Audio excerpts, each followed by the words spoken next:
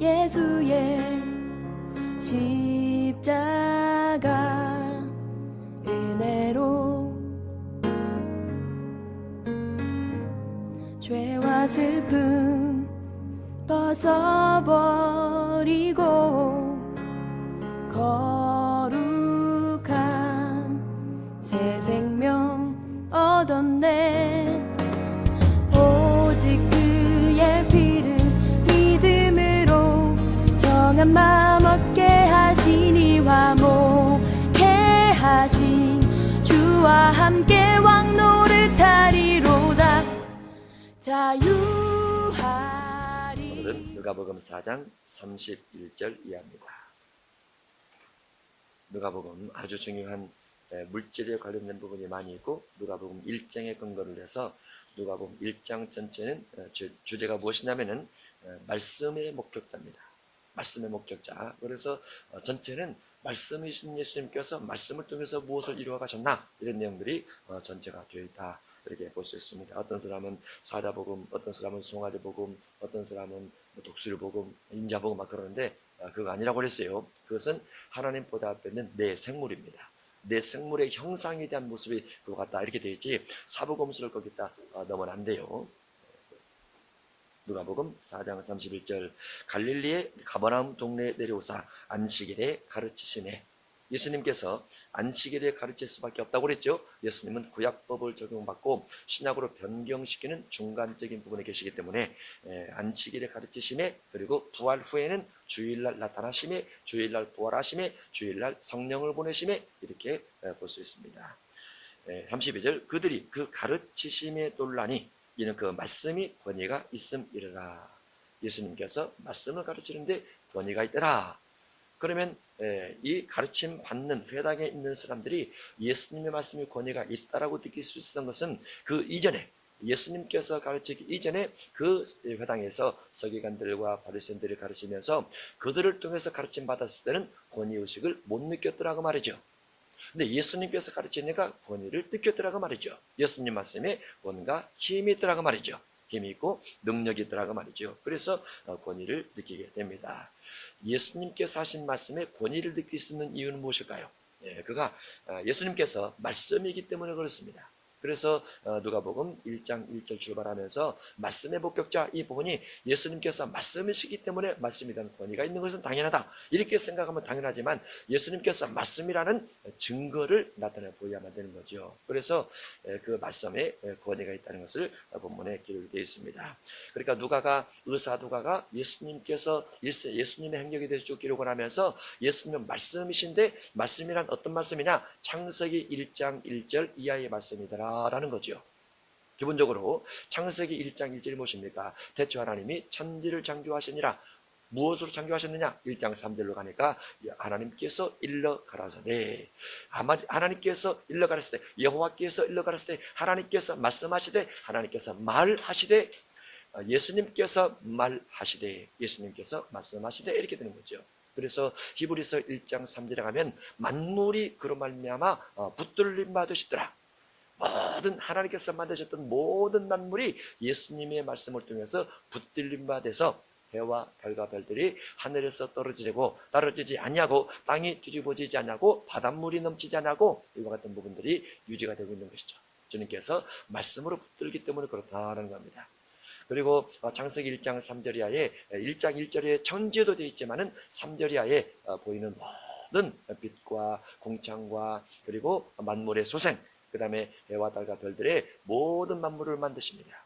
그리고 마지막에 사람을 만드시고 사람의 코에 생기를 불어넣어서 생명이 되게 하시는데 사람의 생각하는 기능 영적인 존재가 육을 입고 육이 영을 덧입어서 살아있는 생명이 된 존재를 만드십니다. 그리고 그에게 의지를 허락하시고 그 의지 가운데서 선악과를 따먹지 말라라고 말씀하시고 따먹으면 죽으리라 이렇게 말씀도 주시죠. 그래서 하나님께서 곧 예수님께서 만물을 만드셨는데 만드셨던 그분께서 이 땅에 내려오셨단 말이죠.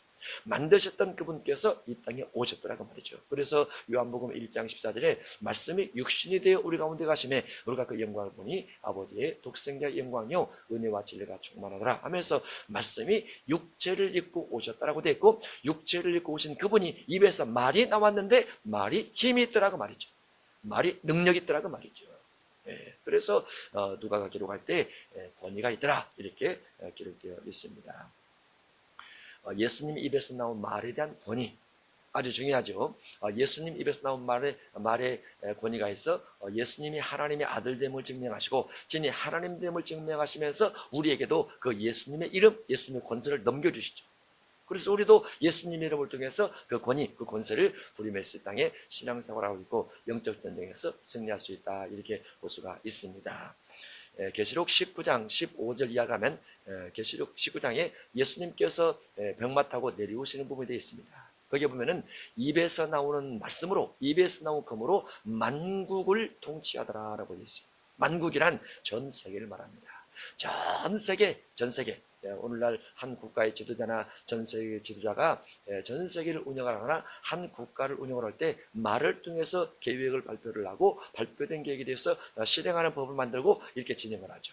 마찬가지로 예수님께서 온 땅, 온 국, 온 세계를 말씀을 통치하시는데 예수님께서 통치하시기 때문에 악이 없고 불의가 없고 대적하는 자가 없고 순수하게 온전한 사랑으로 온 세상을 통치하는 부분이 계시록 19장 15절 이하에 되어 있습니다.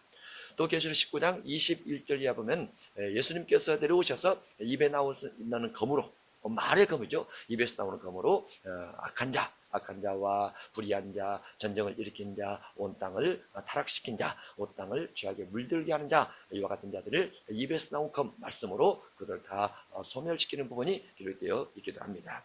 그래서 예수님 입에서 나온 말이 권위가 있다. 그 권위가 있는 예수님께서 누가복음 4장 31절 이하의 회당에서 말씀을 가르치시는 거죠. 33절 회당에 더러운 귀신 들린 사람이 있어. 회당에 더러운 귀신 들린 사람이 있어. 예수님께서 권위를 가지고 말씀을 가르치는 그 회당에 더러운 귀신 들린 사람이 있더라고 말이죠. 기본적으로 성전에도 또는 회당에도 또는 말씀이 가르치는 곳에도 또는 예수님이 대면되어 있는 상태에서도 예수님이 목전에 있는 상태에서도 귀신이 있을 수 있는가 없는가? 있죠. 있어요. 예수님 목전에 귀신이 있습니다. 그래서 회당에 더러운 귀신 들린 사람이 있어. 어쨌든 있습니다. 있어요. 그러면 귀신은 별명이 있다고 그랬죠. 귀신의 별명 더럽더라. 귀신은 별명이 있는데 더럽더라. 왜 귀신은 더럽게 되었을까요? 왜 귀신 이름은 더러운 이름을, 더럽다는 이름을 가지고 있게 되었을까요? 귀신이 더럽게 된 이유 하나 보도록 하겠습니다. 에스겔 28장입니다. 에스겔 28장 귀신이 더러운 이유 14절입니다. 에스겔 28장 14절 귀신을 향해서 더럽다라고 말한 이유, 예수님께서나 예수님의 제자들이 복음을 전파하면서 귀신 들린 사람을 치료할 때 꼭꼭 더러운 귀신아 이렇게 이름을 쓰죠. 14절 너는 기름 부음을 받고 지키는 그룹임이요. 그룹입니다. 이게 이제 기름 부음 받고 지키는 그룹에는 사단이 타락되기 전 천사입니다. 그 이름이 직책이 그룹이었어요. 천사의 직책 중에 스랍이 있습니다. 스랍이 있고 그룹이 있습니다. 그룹이 있고 그 다음에 천사장이 있습니다. 그리고 천사당의 사자들이 있습니다. 그 외에 여러 종류의 직책을 가진 천사들이 있는데 사단은 타락되기 전에 그룹이라는 직책을 가지고 있었습니다. 너는 기름 부음을 받고 지키는 그룹이며 내가 너를 세우매 내가 하나님의 성산에 있어서 불타는 돌들 사이에 왕래하였도다. 내가 지음을 받던 날로부터 마귀는 천사였고 천사는 지음 받은 피조물이라 볼 수 있죠. 피조물이에요. 마귀가 창조주가 아니기 때문에 창조주와 같은 능력은 절대로 있을 수가 없습니다. 그러나 하나님께서 천사를 만들 때 그를 죽지 않는 영원성의 존재로 만드셨어요. 그래서 그를 가두기는 하실지라도 없앨 수는 없다는 거죠. 그러나 육을 가진 사람은 육체가 죽으면서 흙으로 돌아가지만은 육체 안에 들어간 생기만큼은 육이 죽은 다음에 몸에서 빠져나와서 주님의 심판대 앞에 서게 됩니다. 왜냐하면 생기도 죽음이 없기 때문에 죽음이 없어요. 사람의 육체는 죽음이 있지만 육체 속에 깃들여 있는 영혼은 죽음이 없어요. 주님 앞에 서게 되죠.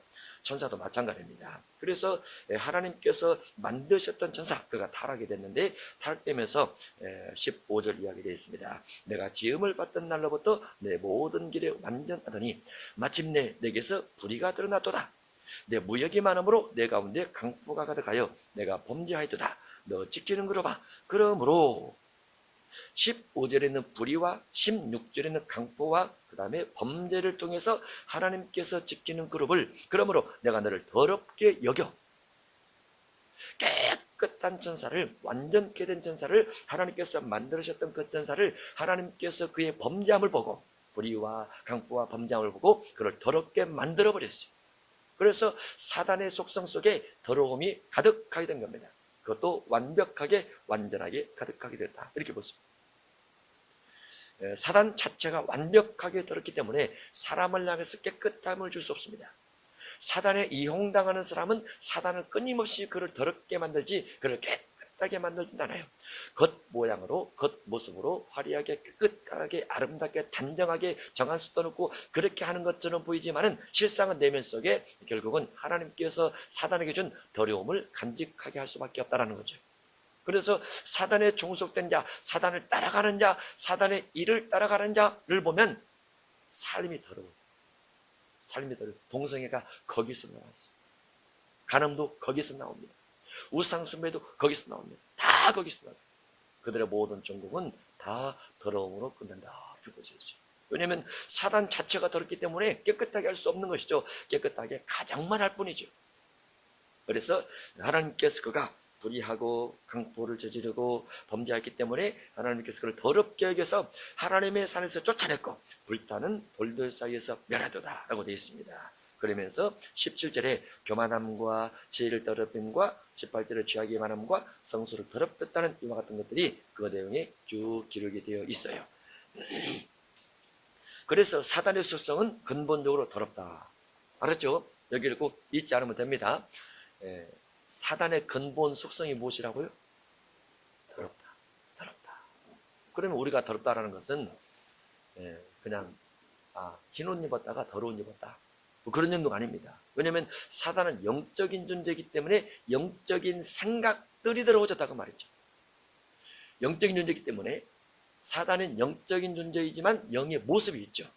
영의 모습이 있지만 영의 모습이라는 것은 영의 형체가 있지만은 영의 생각을 가지고 있는 존재라고 말이죠. 그래서 사단이 가지고 있는 영적 더러움의 생각들을 하나님을 믿지 않고 주님을 섬기지 않고 살아가는 모든 사람의 삶 속에 그 더러움을 넣어줍니다. 그래서 사람의 내면 속에 악한 생각, 더러운 생각을 자꾸 집어넣는데 그 더러운 생각이 많아지다 보니까 결국은 모든 것이 더러워지는 것이죠. 육을 가진 삶에서. 그래서 더러운 사단이 사람의 마음속에 더러움을 집어넣어서 어떠한 일들을 하는가, 이런 부분이 마태복음 15장에 되어 있습니다. 마태복음 15장 18절입니다.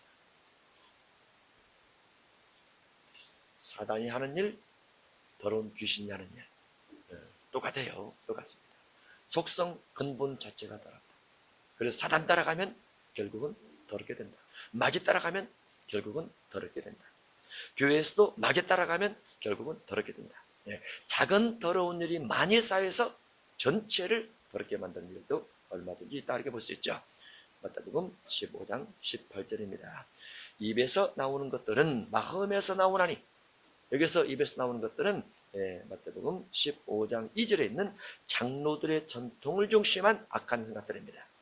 장로의 전통, 교회 속에서 교회의 전통을 있는데 말씀을 중심한 전통이 있는가 하면 장로들을 통한 전통이 있어요. 그 장로들을 통한 전통은 하나님께서 보시던 더러운 전통입니다. 악한 전통인 거죠. 그런데 그 전통을 만드는 자가 누구냐? 전통을 만드는 자가 사람이죠. 직책을 가진 사람입니다.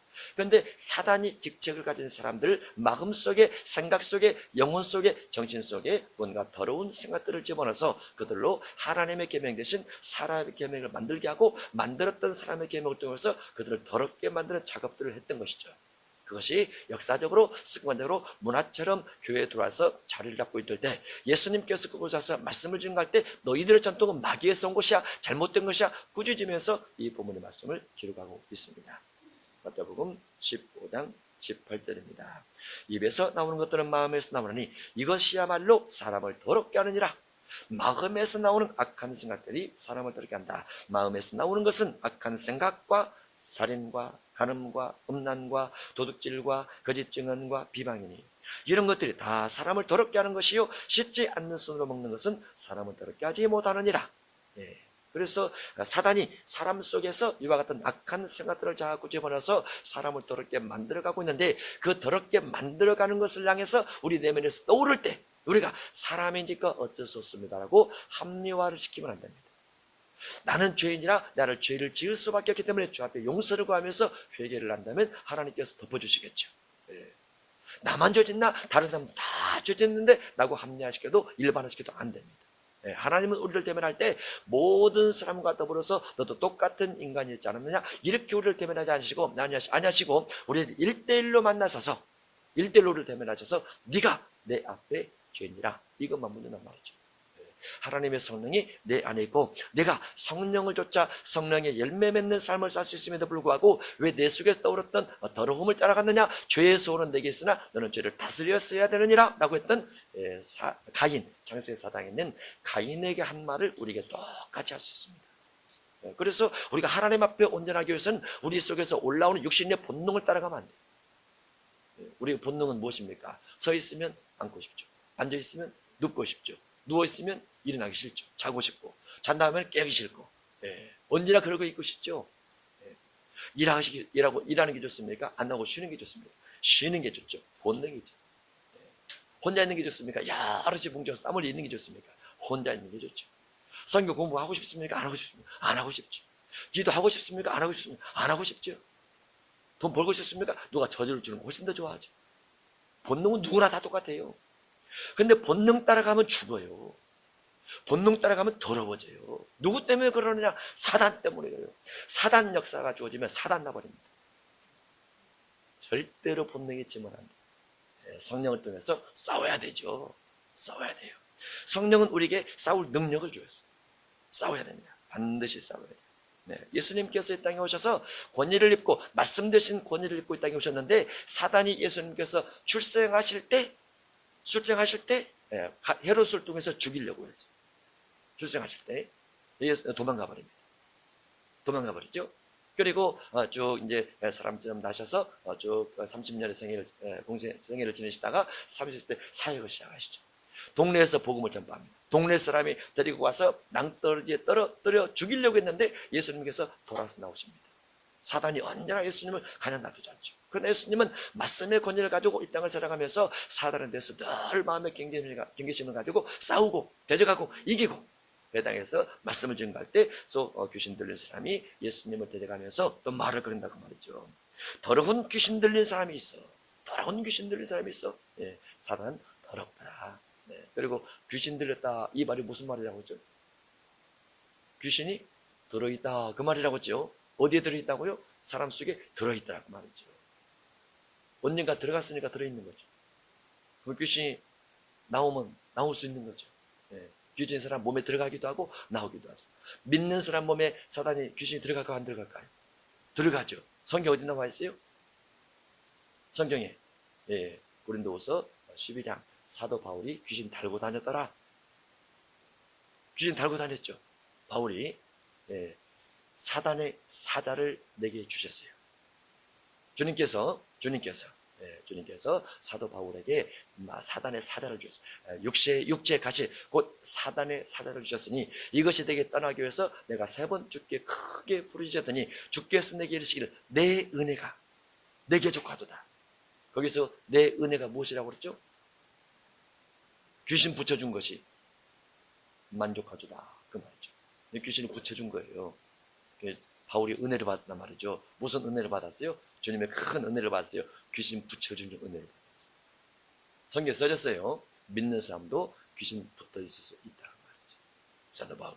바울 빼고 바울이 대단한 사람인데 붙어 있으면 우리는 모르죠. 있는지 없는지. 33절, 회당에 더러운 귀신 들린 사람이 있어. 귀신은 사단의 사자에 해당됩니다. 귀신의 세계도 조직이 있다고 그랬죠. 조직이 있는데 마태복음 12장에 보면 사단이 조직이 되어 있는데 나라와 동네와 집 이렇게 되어 있어요. 나라와 동네와 집. 마태복음 12장 25절에 되어 있습니다. 그리고 나라와 동네와 집이 되는데 예수님께서 강한 자를 결박하지 않고서야 강한 자의 집에 들어가 어떻게 그 집을 세간을 강탈하겠느냐 이렇게 말씀하시면서 조직을 말씀하셨습니다. 그리고 강한 자를 결박한 다음에 그 강한 자의 집에 들어가서 세간 곧 귀신의 일들을 강탈할 수 있다 이렇게 설명하고 있기 때문에 귀신은 사단의 사자라 이렇게 볼 수 있습니다. 그리고 귀신이 사단의 사자라는 부분이 계시록 16장 11절 이하도 보면은 6번째 진노의 대접이 쏟아지면서 기록이 되어 있어요. 귀신이 용의 입과 짐승의 입과 거짓 선자의 입에서 나오더라 하면서 기록이 되어 있습니다. 거기도 회당에 더러운 귀신 들린 사람이 있어 크게 소리질러 이르되. 귀신 들린 사람은 뭐 한다고요? 크게 소리 지를 수 있어요. 크게 소리 지를 수 있어요. 귀신이 크게 소리 지르는 거 봤습니까? 이건 성경에 나와 있어요. 귀신 들린 사람은 크게 소리 지르더라. 나사렛 예수요. 맞습니까? 들립니까? 맞죠? 예수님 고향이 어디예요? 나사렛이에요. 출생은 베들레헴에 사시지만은 자라나시기는 나사렛에서 자라나시기 때문에 고향이 나사렛이라고 말이죠. 그러면 귀신이 예수님의 고향을 정확하게 알아맞히는 거죠. 어떻게 알아맞힌다고요? 귀신과 잘 알아맞힌다고 말이죠. 귀신은 잘 알아요. 잘 알아요. 나사렛 예수여, 우리가 당신과 무슨 상관이 있다니까? 귀신은 예수님께서 권위를 가지고 그에게 나타났을 때 예수님에게 무엇을 요구를 했어요? 상관하지 마옵소서. 요구를 했어요. 상관하지 마옵소서. 그러면 귀신은 귀신에 대해서 상관하는 것을 좋아할까요? 안 좋아할까요? 안 좋아하죠. 엄청 싫어요. 엄청 싫어요. 상관하지 마옵소서 라고 요구를 합니다. 그러면 우리는 귀신에 대해서 상관을 해야 될까요? 말해야 될까요? 왜 자꾸 해야 돼요? 왜? 그가 싫어하니까. 지가 우리를 싫어하지만 우리도 지가 싫죠. 그래서 우리가 귀신을 자꾸 상관을 해야 돼요. 상관. 우리가 당신과 무슨 상관이 있나이까? 우리를 멸하러 왔나이까? 예수님께서 귀신을 어떻게 하기 위해서 오셨다고요? 멸하기 위해서 오셨어요. 그런데 여기 이제 생각을 조금 해야 됩니다. 귀신은 죽음이 없어요. 영적인 존재이기 때문에 죽음이 없고 귀신은 죽음이 없다 보니까 이 사람 몸에 나와서 이 사람 몸에 들어갔다 나와서 어디로든지 가야 되지 불로 태워서 죽인다든가 뭐 어디에 던져서 죽인다든가 이런 거 없습니다. 그래서 귀신이 예수님에게 요구를 할 때 우리를 멸하러 왔나이까? 이 말의 의미 속에는 무엇이냐면은 귀신의 일을 멸하러 왔나이까? 이 의미가 들어있습니다. 사탄의 일을 멸하러 왔나이까? 이 의미가 들어있습니다. 물론 예수님은 귀신을 쫓아내십니다. 쫓아내시지만은 더 정확한 표현은 귀신의 일을 쫓아냈다 이렇게 보는 게 맞습니다. 귀신의 일을 쫓아내는 것이 귀신을 쫓는 것과 똑같은 말이에요. 자, 이 부분이 어디에 되어 있느냐? 일단은 예수님께서 귀신 자체를 멸할 수는 없다는 것. 귀신이 예수님에게 우리를 이 지방에서 떠나가게 하지 마시기를 간구하거늘 했더니 예수님께서 허락하셨어요. 그러니까 어떤 지역으로 보내기를 허락하셨단 말이죠. 그러나 예수님의 관점에서는 귀신의 일을 멸하는 것이 훨씬 더 중요한 관점이었고 귀신 자체를 멸할 수는 없다 이렇게 볼 수 있습니다. 물론 가둘 수는 있지만 말입니다. 요한일서 3장을 보겠습니다.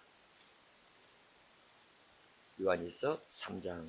이게 우리가 귀신을 축사함에 있어서 아주 중요하게 다뤄야 될 한 부분입니다. 귀신을 쫓아내는 것인가 아니면 마귀의 일, 귀신의 일을 쫓아내는 것인가. 요한일서 3장 8절입니다. 시작. 죄를 짓는 자는 마귀에게 속하나니 마귀는 처음부터 범죄함이라. 하나님의 아들이 나타나신 것은 마귀의 일을 멸하려 하심이라. 분명히 예수님께서 멸하러 오셨어요. 그런데 무엇을 멸하러 오셨어요? 마귀의 일이라고 말이죠. 마귀의 일. 죄를 짓는 자는 마귀에게 속하나니 그러면 마귀의 일이란 죄. 죄를 짓게 하는 것이 마귀의 일입니다. 마귀는 처음부터 범죄함이라 하나님의 아들이 나타나신 것은 마귀의 일을 멸하라심이라. 마귀의 일. 그러면 마귀의 일이 무엇이냐? 이것이 요한일서 3장 8절 이하로 보면 마귀의 일이란 9절, 10절, 11절, 12절로 이어지면서 그 마귀의 일이 문맥상으로 쭉 연결되어 있습니다. 무엇이 연결되느냐? 9절에 보면은 죄입니다. 물론 8절도 죄지만은 9절에 하나님께로부터 난 자마다 죄를 짓지 아니하나니 라는 죄입니다. 10절로 가면 무엇이냐면은 의를 행하지 아니하는 겁니다. 마귀의 일이 의를 행하지 아니하는 것. 의가 무엇입니까? 의란 바른 삶입니다. 도덕적 삶이 되기도 하고 경건의 삶이 되기도 하죠. 의를 행하지 아니하는 자 또는 형제를 사랑하지 아니하는 자, 마귀의 일이란 무엇이냐? 형제를 사랑하지 않는 겁니다. 곧 반대로 하면 미워하는 거죠. 미워하는 거. 12절로 가면 가인같이 하지 말라. 그런 악한 자에게 속하여 그 아우를 죽였으니 어떤 이유로 죽였느냐? 그래서 12절로 가면 악입니다. 마귀의 일이란 악이에요. 악이라는 말과 8절 9절에 있는 죄라는 말이 같습니다. 마귀가 하는 주된 일은 죄를 짓게 하고 악을 행하거나. 그러면 죄란 무엇이냐? 악이란 무엇이냐? 또 그렇게 반문해 볼 수 있죠. 그래서 구약에 죄의 핵심이 있습니다. 신약에 죄의 핵심이 있습니다. 죄의 기준이 무엇인가 알아야 되죠. 죄의 기준이, 구약의 죄의 핵심이 무엇입니까? 구약의 죄의 핵심. 레위기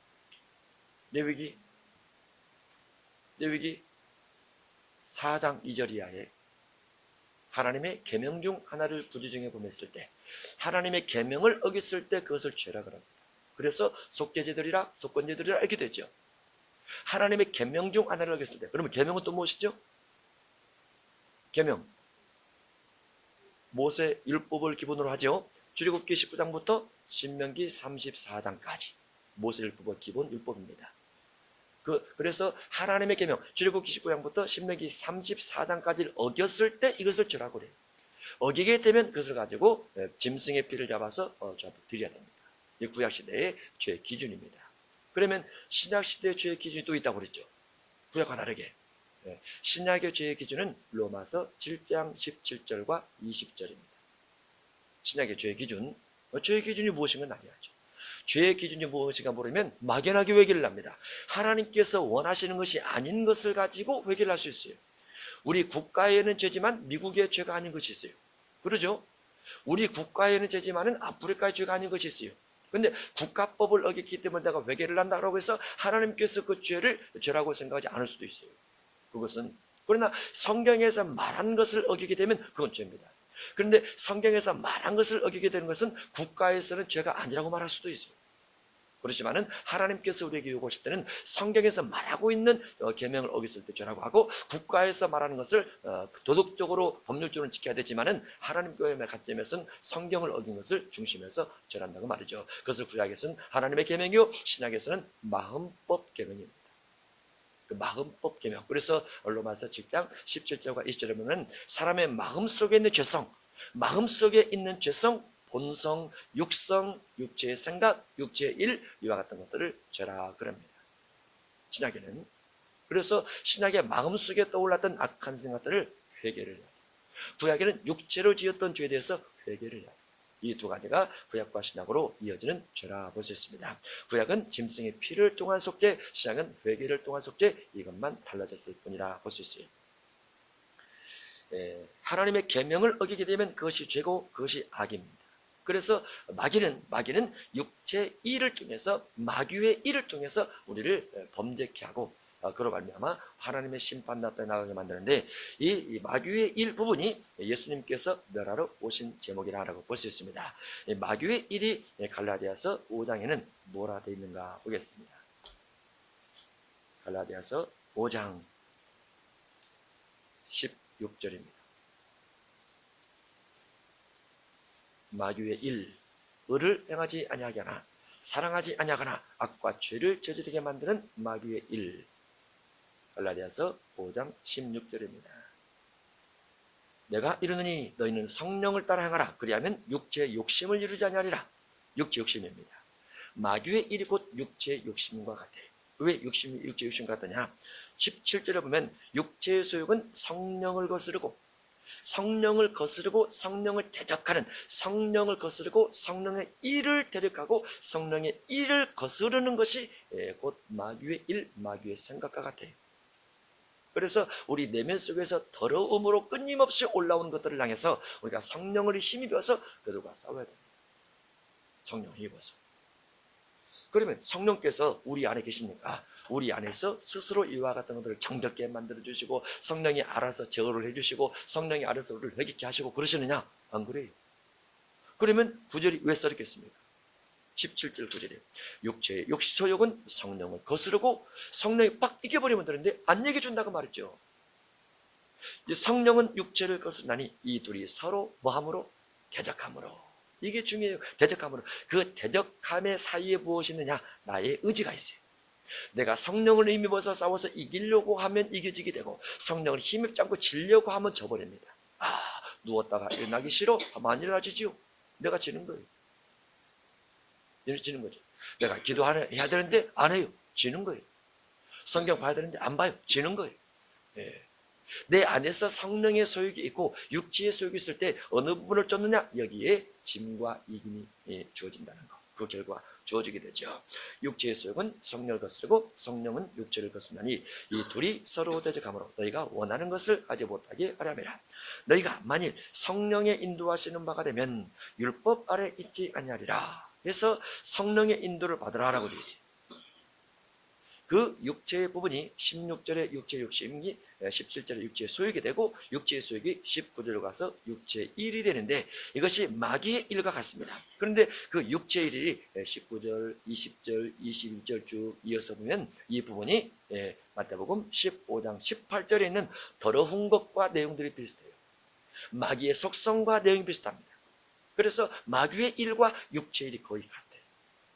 마귀의 속성과 비슷하다. 마귀는 영적 존재입니다. 영적 존재란 영적인 생각을 하는 존재라고 말이죠. 그런데 어떠한 생각을 중심하느냐? 더러운 생각을 중심한다고 말이죠. 더러운 생각. 귀신 들린 사람이 깨끗하게 거룩하게 그렇게 있는 사람 봤습니까? 없어요. 귀신 들린 사람 다 더럽죠. 침을 흘리거나 늦기를 나거나 세수를 안 하거나 샤워를 안 하려고 하거나 한 곳에 처박혀 있다든가 늘 그런 일이 주든지 깨끗하지가 않아요. 깨끗하지. 마귀의 속성이 그렇기 때문에 그렇더라라고 볼 수 있습니다.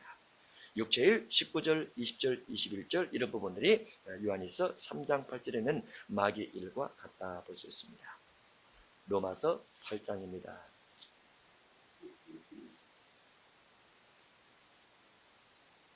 로마서 8장 5절입니다. 5절 육신을 따르는 사람은 육신의 일을, 영을 따르는 사람은 영의 일을 생각하나니 5절에 뭐가 나와 있습니까? 육신의 일이라고 나와 있죠. 같이 그 갈라디아서나 로마서나 바울이 썼는데 갈라디아서는 육체 일 이렇게 되어 있고 로마서는 육신의 일 이렇게 되어 있어요. 같은 나라죠. 그런데 이 육신의 일은 8장 2절에서 출발하는데 8장 2절에서는 뭐라고 되어 있냐면 죄와 사망의 법이라 이렇게 되어 있습니다. 다른 말로 육신의 일 때문에 죄와 사망에 들어갈 수 있다고 말이죠. 육신의 생각 때문에 죄와 사망에 들어갈 수 있다고 말이죠. 본능 따라 그대로 살면 죽어나고 말이죠. 믿어도 성령을 통해서 이 육신의 본능 부분을 싸워서 이기지 못하고 지면서 살아가면 그대로 죽어나고 말이죠. 육신의 일, 왜냐하면 죄와 사망을 주는 법이기 때문입니다. 예수님께서 오신 목적이 무엇이냐? 이와 같은 것들을 멸하기 위해서 오셨어요. 무엇으로? 예수님의 말씀을 통해서, 성령을 통해서, 성령 능력을 통해서, 기도를 통해서 싸워서 이기고 물리치고 대적기 해서 이와 같은 것들이 내 속에서 떠나가게 하라고 말이죠.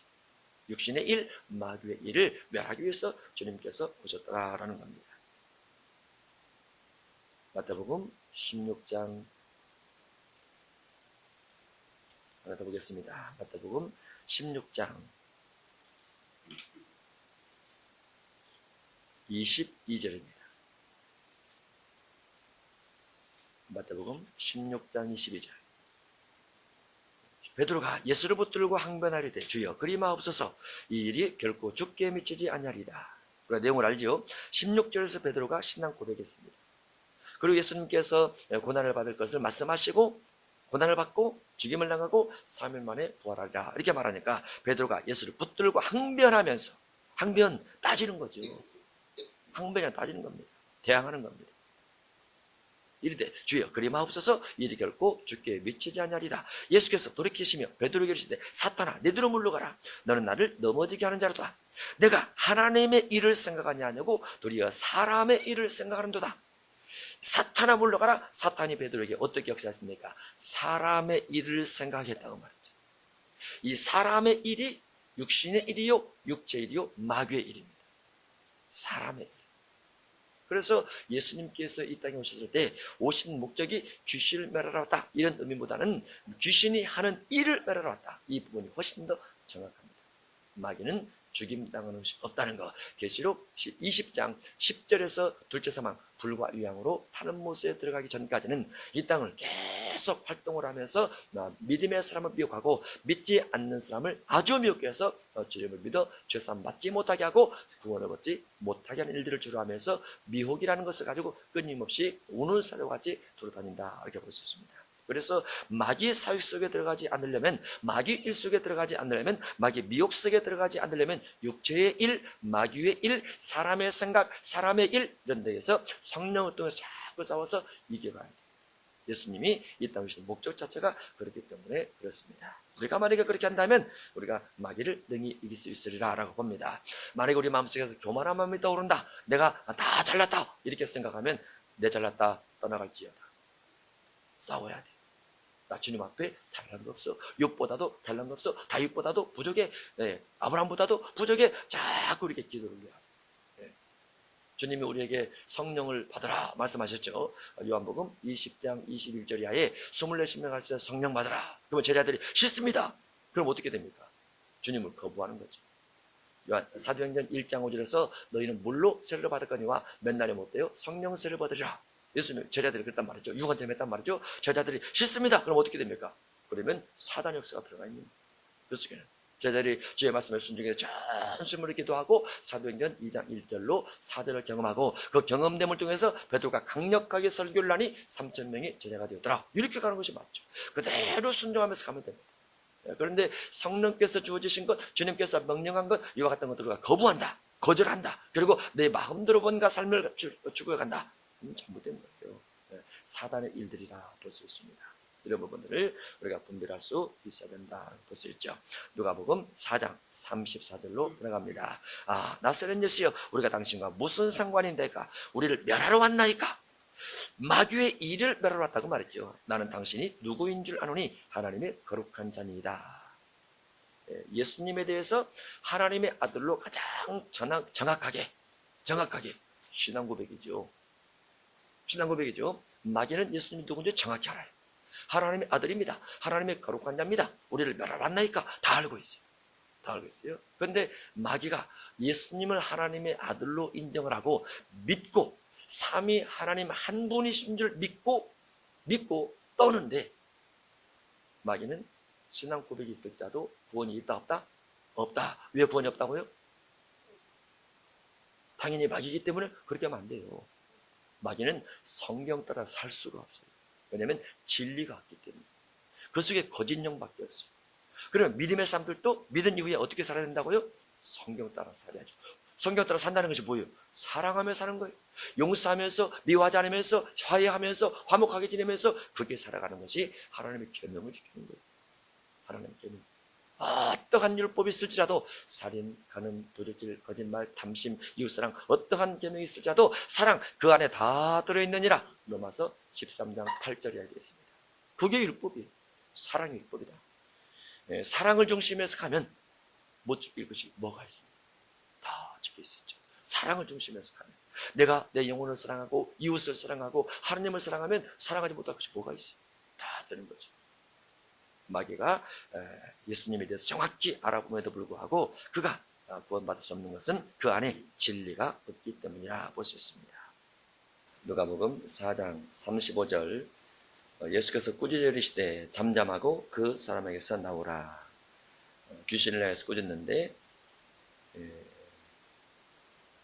귀신에 대해서, 어둠에 대해서, 흑암에 대해서는 또는 악한 일, 마귀의 일, 사람의 일, 육신의 일에 대해서는 우리 마음속에 용납함이 있어서는 안 됩니다. 절대로 내가 실행하지 못할지라도 내 마음만큼은 내 속에서 떠오르는 불의한 생각을 절대로 용납하지 말자. 왜냐하면 이 부분이 사실 귀신을 꾸짖는 부분이지만은 귀신의 1위를 멸하러 오신 예수님의 관점에서 보면은 어둠에 대해서 악한 생각에 대해서 단호하게 내 마음에서 결단을 딱 내려야 돼. 그 대신 사람에 대해서는 용서하고 사람에 대해서는 관여를 베풀고 사람에 대해서는 자비를 베풀어요. 우리의 씨름은 혈과 육에 대한 것이 아니고 어둠과의 싸움입니다. 그래서 육체를 가진 사람에 대해서는 연약하게 생각하고 긍휼을 베풀어야 되지만은 그 내면 속에 일하고 있는 사단에 대해서는 아주 단호한 마음으로 가진다. 그게 달라요. 내면 속에 있는 사단 때문에 그러는 것을 그 사람이 그런 줄 알고 사람을 심하게 잘못 따르면 문제가 있는 겁니다. 그럼 헤어나기 힘들어요. 왜냐면 사람의 쓴뿌리가 생기면 쓴뿌리가 오래 가요. 오래 갔다가 해결되지 못할 상황이 되면 힘듭니다. 그래서 우리의 씨름은 절대 사람과 사람 사이의 싸움이 아니라는 거, 내면 속에 있는 영적 싸움이라는 거 꼭 기억해야 돼요. 예수께서 꾸짖어 이르시되 잠잠하고 그 사람에게서 나오라 하시니 귀신이 그 사람을 무리 중에 넘어뜨리고 나오되 그 사람은 상하지 아니하니라. 어쨌든 귀신을 꾸짖는 부분이 필요하다. 이 꾸짖는 부분을 조금 더 생각을 해보면 예수님의 사역 속에 어떤 사역들이 있냐면은 사람이 아님에도 불구하고 명령을 하는 경우가 있습니다. 사람이 아닌데 명령을 드렸다. 명령을 드리니 사람이 아님에도 불구하고 예수님의 소리를 듣고 순종을 했더라.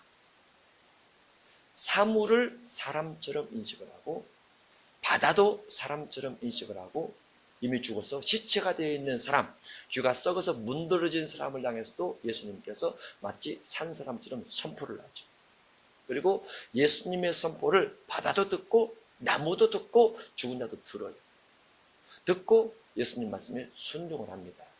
그러면 여기에 귀신 들린 사람 속에 들어있는 귀신이 예수님의 꾸짖음을 듣는 거죠. 들어요. 그 내면에 있는 그 귀신을 향해서 뿌리졌더라 이렇게 볼 수 있죠. 심지어는 예수님의 복음사역에 어떤 자가 있냐면 귀신 들려 눈 멀고 벙어리 된, 귀 먹고 벙어리 된 자가 있어요. 귀신 들려서 벙어리가 됐어요. 그러면 귀신 들려서 벙어리가 됐으면 예수님께서 말을 해도 못 들어야 되잖아요. 귀머거리는 못 들어야 되잖아요. 근데 예수님께서 꾸짖으니까 귀머거리가 나와요. 귀신이 듣고 나와요. 예수님의 관점에서는 귀가 다쳤다, 누가 못 본다, 누가 말을 못한다, 어떤 사람 속에 귀신이 있다, 어떤 사람 속에 귀신이 있다, 몇몇 이거 상관하지 않습니다. 예수님인 곧 하나님의 관점에서 불의하고 악하고 질병을 주고 이런 부분에 대한 아주 단호한 선포가 있죠. 그리고 그 선포에 의해서 결국 다 순종을 시켜갑니다. 그게 예수님의 믿음이죠.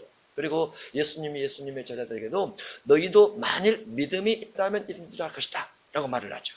너희가 내 이름으로 귀신을 쫓아내며 이 말씀을 주십니다. 그래서 예수님께서 하신 일을 우리가 할 수 있도록 우리가 무엇으로? 말씀의 권위, 말씀의 능력으로 무장돼야 된다 라고 볼 수 있어요. 자꾸 무장이 돼야 됩니다. 무장이 되면 우리도 이와 같은 꾸짖음을 가지고 어둠도 제어할 수 있고 질병도 치료할 수 있고 이렇게 할 수 있다라고 볼 수 있죠. 예수께서 꾸짖으실 때 잠잠하고 그 사람에게서 나오라. 언젠가 들어갔겠죠? 나오라고 하는 거죠. 언젠가 그 사람을 지배했겠죠? 나오라고 하는 거죠. 나오라 하시니 귀신이 그 사람을 무리 중에 넘어뜨리고 나오되, 귀신이 그 사람을 무리 중에 넘어뜨리고 나오되, 안 넘어뜨리고 나오면 안 될까요? 왜 꼭 넘어뜨리고 나올까? 안 넘어뜨리고 나올 수 있겠죠. 마태복음 16장 보면 베드로가 신앙 고백하고 예수님께서 그에게 고난에 대해서 말씀할 때 베드로가 주여 그리하지 마옵소서 말을 합니다. 그런데 예수님께서 사탄아 물러가라 하니까 베드로가 안 넘어졌어요. 거기는 안 넘어갔죠. 안 쓰러졌어요. 거품도 안 물었어요. 거기는. 그런데 이 본문 속에는 귀신이 그 사람을 무리 중에 넘어뜨리고 나오되, 귀신 나오는데 넘어뜨리고 나왔어요. 어쨌든 두 현상이 있을 수가 있습니다. 귀신이 떠나가면서 일체 잡음 없이 떠나갈 수도 있다. 또 하나는 귀신이 떠나가면서 잡음이 생길 수도 있다. 여러 가지 현상들이 나타날 수도 있다. 본문에는 현상이 나오는 거죠. 넘어뜨리고 나오되, 가만히 서 있다가 지가 혼자 걸려 넘어졌더라는 말이죠. 우리는 일부러 넘어질 수 있습니까? 없습니까? 못 넘어져요. 돌에 걸린다든가 나무 뿌리에 걸린다든가 그렇게 해서 넘어지는 거지 그냥 일부러 안 넘어집니다. 그런데 귀신이 그 사람을 넘어뜨리고 나오되 그 사람은 상하지 아니한지라. 그러면 어쨌든 귀신은 그 사람 몸 안에 있었고 몸 안에서 몸 밖으로 빠져나가는데 어디로 빠져나가면서 빠져나가는 어떤 힘에 의해서 그 사람이 넘어졌더라 이렇게 되어 있어요.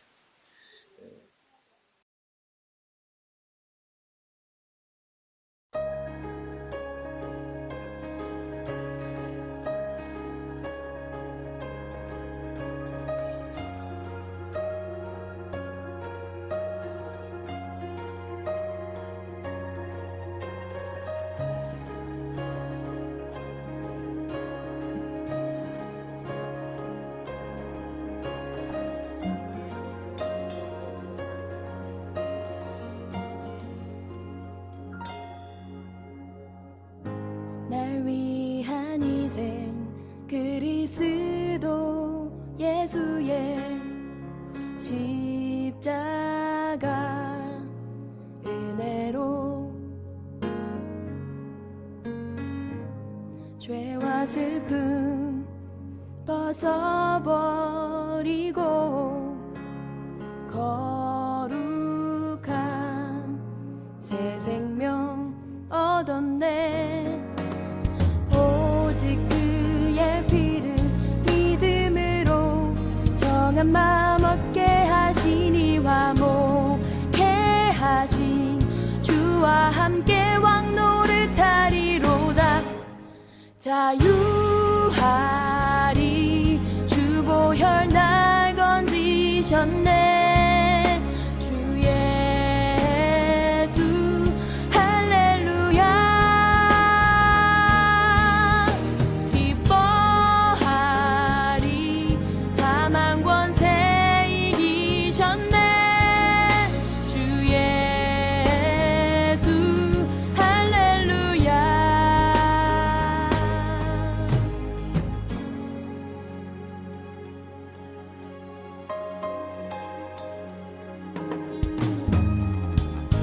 연약한 영혼 그리스도 예수의